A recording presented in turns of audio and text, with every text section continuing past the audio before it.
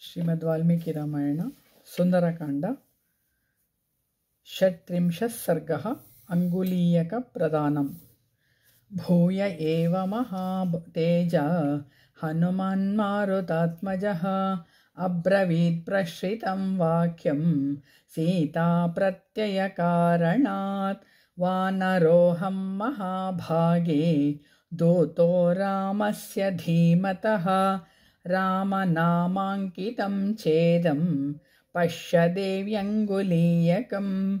प्रत्ययार्थं तवानीतं तेन दत्तं महात्मना। समाश्वासिः भद्रन्ते क्षीणदुःखफलाह्यसि। गृहीत्वा प्रेक्ष्यमाणा सा भर्तुः करविभूषणं। भर्तारमिव सम्प्राप्तं जानकी मुदिताभवत्। चारु तद्वदनं तस्याः ताम्रशुक्लायते क्षणं।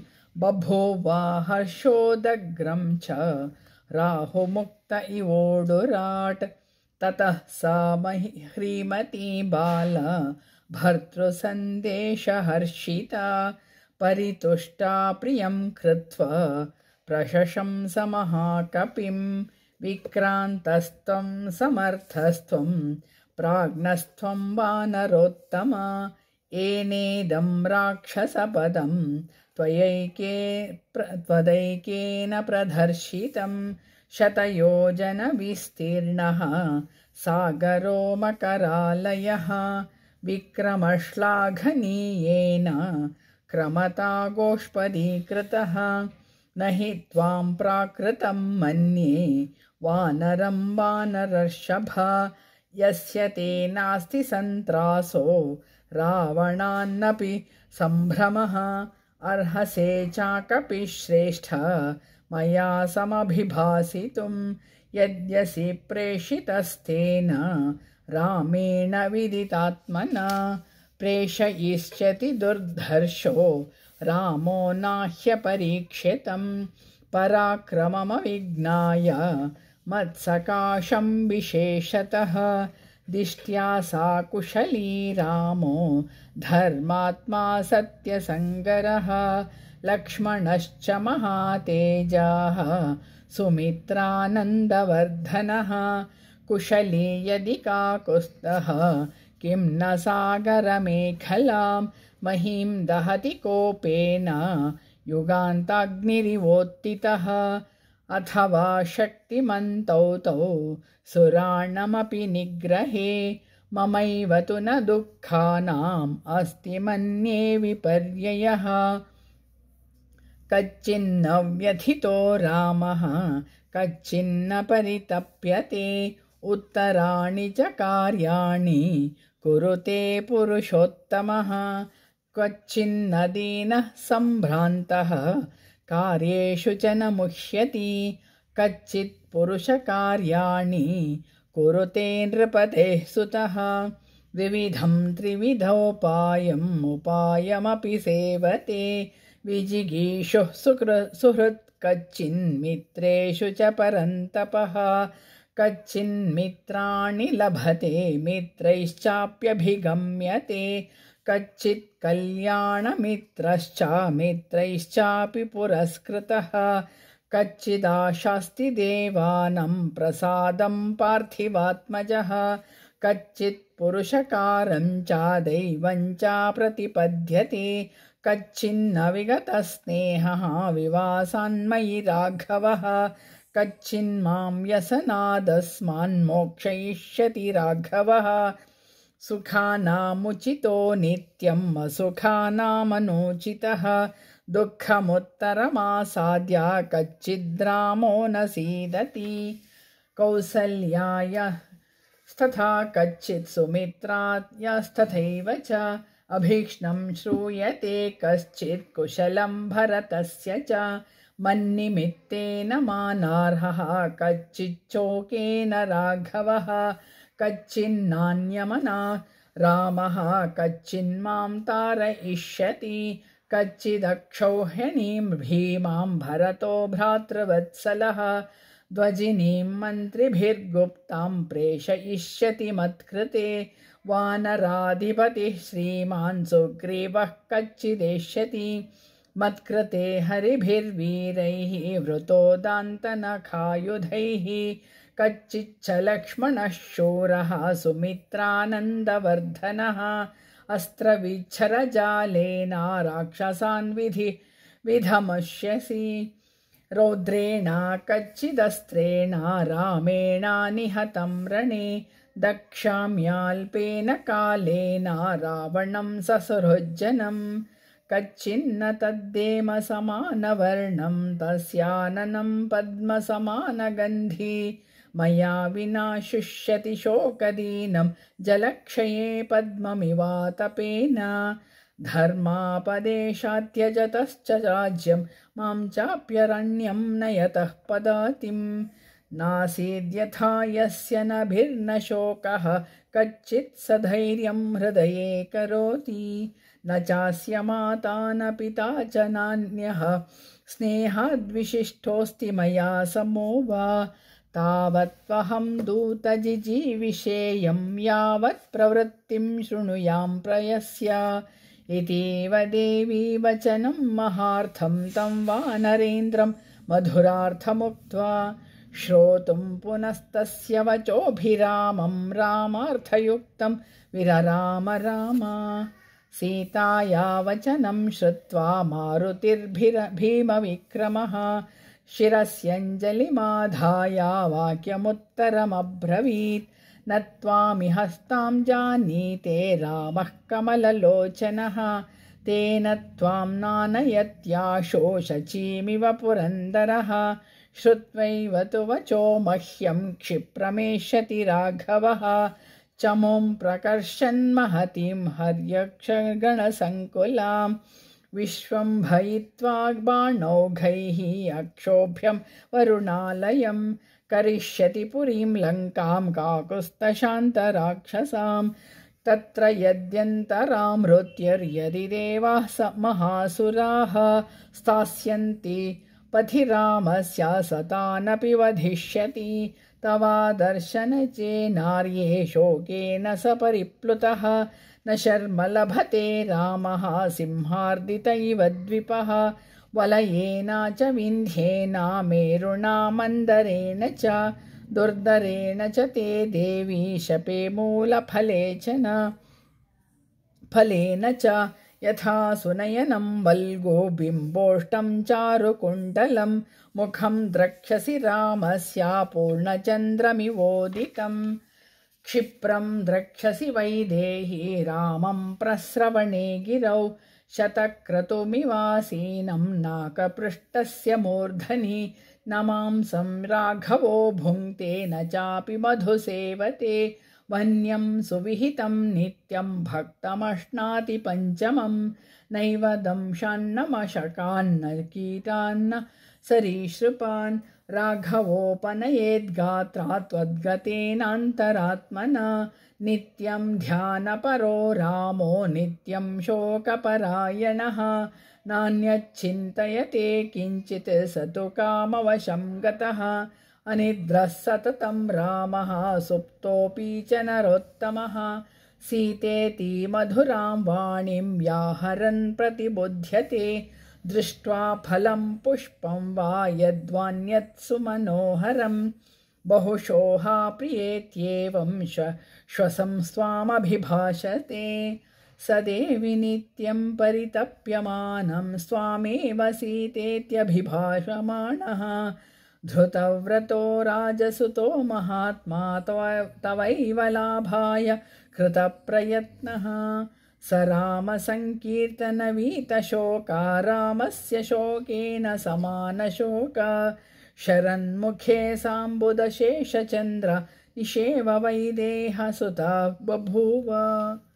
तत्सदिति श्रीमद् रामायणे वाल्मीकये आदिकाव्ये चतुर्विंशतिसहस्रिकायां संहितायां सुन्दरकाण्डे अङ्गुलीयकप्रदानं नाम 37 सर्गः। अथ 37 सर्गः सीताप्रत्यनयनौचित्यं सीता तद्वचनं श्रुत्वा पूर्णचन्द्रनिभानना हनुमन्तमुवाचेदं धर्मार्थसहितं वचः अमृतं विषसंसृष्टं त्वया वानरभाषितं यच्छ नान्यमना रामो यच्छ शोकपरायणः ऐश्वर्ये वा सुविस्तीर्णे व्यसने वा सुदारुणे रज्ज्वे वा पुरुषं बुद्ध्वा कृतान्तः परिकर्षति विधिर्नूनमसंहार्यः प्राणिनां प्लवगोत्तमः सौमित्रिं मां च रामं च व्यसनैः पश्य मोहितान् शोकस्यास्या कदा पारं राघवोऽधिगमिष्यति प्लवमानः परिश्रान्तो हतनौ सागरे यथा राक्षसानां वधं कृत्वा सोदयित्वा च रावणं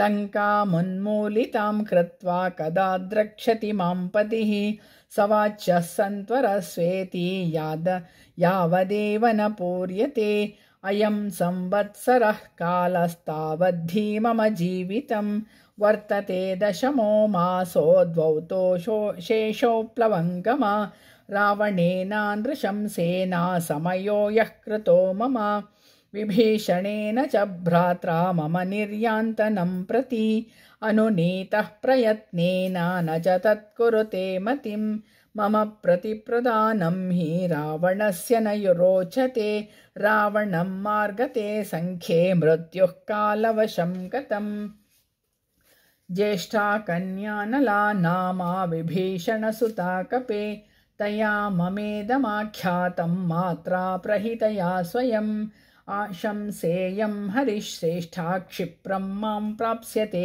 पतिः अन्तरात्मा हि मे शुद्धस्तस्मिंश्च बहवो गुणाः उत्साहः पौरुषं सत्त्वम् आनृशंस्या कृतज्ञता विक्रमश्च प्रभावश्च सन्ति वानरराघवे 14 सहस्राणि राक्षसानां जघानयः जनस्थाने विना भ्रात्रा श्रोतृ कस्तस्य नोद्विजेत् न सा शक्यास्तुलयितुं व्यसनैः पुरुषशबः अहं तस्या प्रभावग्ना शक्रस्येदपुलोमजा शरजालांशुमान् शूरः कपेरामदिवाकरः शत्रुरक्षोमयं तोयमुपशोषं नयिष्यति इति सञ्जल्पमानं तां रामार्थे शोककर्षिता अश्रुसम्पूर्णनयनामुवाच वचनं कपिः श्रुत्वैव तु वचो मह्यं क्षिप्रमेष्यति राघवः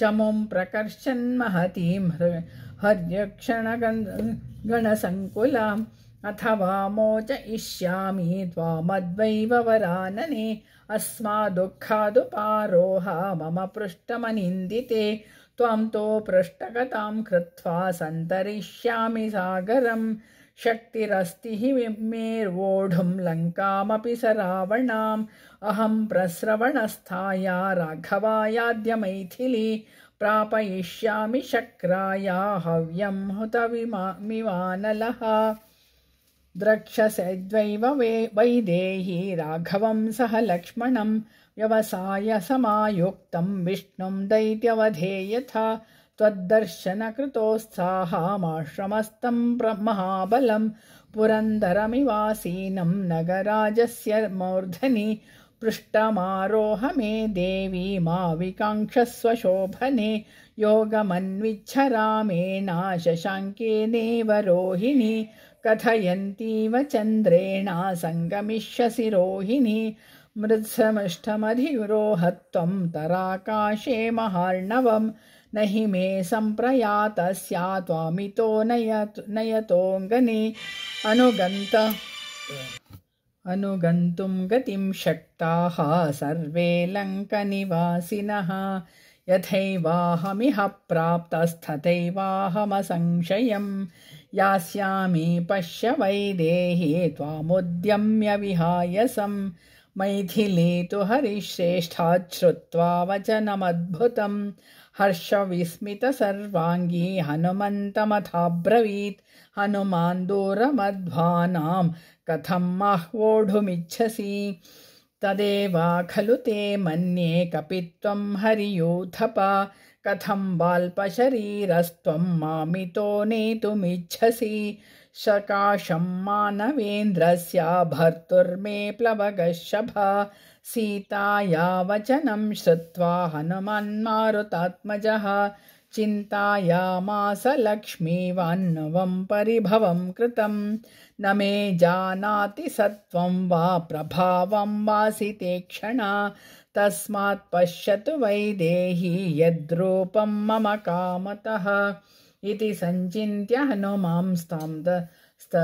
हनुमांस्तदा प्लवगसत्तमः दर्शयामास वैदेह्याः स्वं रूपमर्दनः स तस्मात् पादपाधीमानाप्लुत्या प्लवगशभः ततो वर्धितुमारेभे सीता प्रत्ययकारणात् मेरुमन्दरसङ्काशो बभौ दीप्तानलप्रभः अग्रतो व्यवतस्थे च सीताया वानरोत्तमः हरिः प्रवर्तसङ्काशांस्ताम्रवक्त्रो महाबलः वज्रदंशनखो भीमो वैदेहीमिदमब्रवीत् सपर्वतावनोद्देशां साट्टप्राकारतोरणां लङ्कामिमां सनाथां वा नयितुं शक्तिरस्ति मे तदवस्थाप्यतां बुद्धिरलं देवी विकाङ्क्षया विशोकं कुरु वैदेही राघवं सह लक्ष्मणं तं दृष्ट्वा चलसङ्काशं मुवाच जनकात्मजा पद्मपत्रविशालाक्षी मारुतस्योरसंसुतं तव सत्त्वं बलं चैव विजानामि महाकपे वायोरिव गतिं चापि तेजश्चाग्नेरिवाद्भुतं प्राकृतोऽन्यः कथं चेमां भूमिमागन्तुमर्हति उदधेरप्रमेयस्यापारं वानरपुङ्गव जानामि गमने शक्तिं नयने चापि ते मम अवश्यं सम्प्रधार्याशो कार्यसिद्धिमहात्मनः अयुक्तं तु कपिश्रेष्ठा मम गन्तुं त्वया नघ वायुवेगा सवेगस्या वेगो मां मोहयेत्तव अहमाकाशमापन्ना ह्युपर्योपरि सागरं प्रपतेयं हि ते पृष्ठाद् भयाद्वेगेन गच्छतः पतिता सागरे चाहं तिमिनक्रझशाकुले भवेयमाशु विवशायादसामन्नमुत्तमं न च शक्ये त्वया सार्धं गन्तुं शत्रुविनाशन कलत्रवति सन्देहास्त्वय्यपि स्याद संशयः ह्रियमाणां तु मां दृष्ट्वा राक्षसा भीमविक्रमाः अनुगच्छेयुरादिष्टा रावणेन दुरात्मना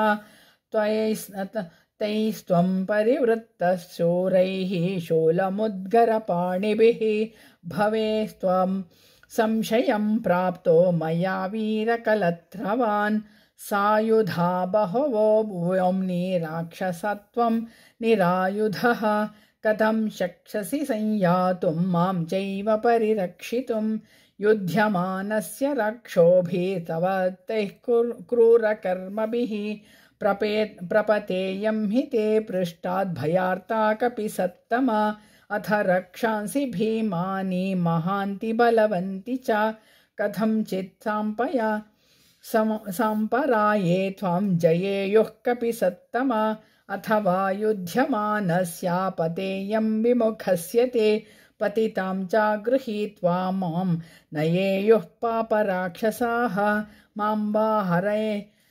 बाहरेयुस्त्वद्धास्ताद्विशेषयुरथापि वा अव्यवस्थौ हि दृश्येते युद्धे जयपराजयौ अहं वापि विपद्येया रक्षोभिरभितर्जिता त्वत्प्रयत्नो हरिश्रेष्ठा भवेन्निष्फल एव तु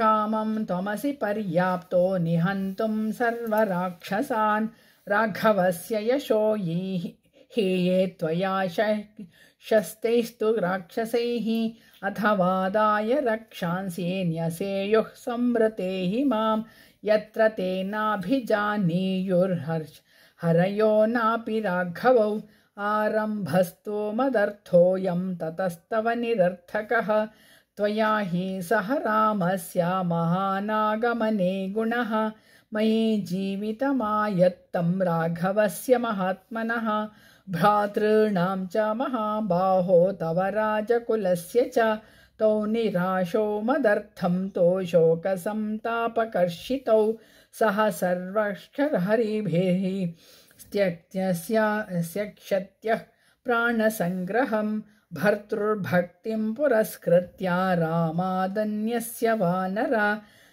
न स्पृशामि शरीरं तो पुंसो वानरपुङ्गव यदहं गात्रसंस्पर्शं रावणस्य बलाद्गता अनीशा किं करिष्यामि विनाथा विवशा सती यदि रामो दशग्रीवामिह त्वा सबान्धवं मामितो गृह्य गच्छेता तत्तस्या सदृशं भवेत् श्रुता हि दृष्टाश्च मया पराक्रमा महात्मनस्तस्य रणावमर्दिनः न देवगन्धर्वभुजङ्गराक्षसा भवन्ति रामेण समाहि संयुगे समीक्षतं संयति चित्रकार्मुकं महाबलं वासवतुल्यविक्रमं सलक्ष्मणं को विषहेत राघवं हुताशनं दीप्तमिवानिलेरितं सलक्ष्मणं राघवमाजिमर्दनं दिशागजं मत्तमिव व्यवस्थितं सहेतको वानरमुख्यसंयुगे युगान्तसूर्यप्रतिमं शरार्चितं समे हरिश्रेष्ठसलक्ष्मणं पतिं सयूथपं क्षिप्रमिहोपपादय चिराय रामं प्रतिशोककर्षितं कुरुष्व मां वानरमुख्यहर्षिताम्।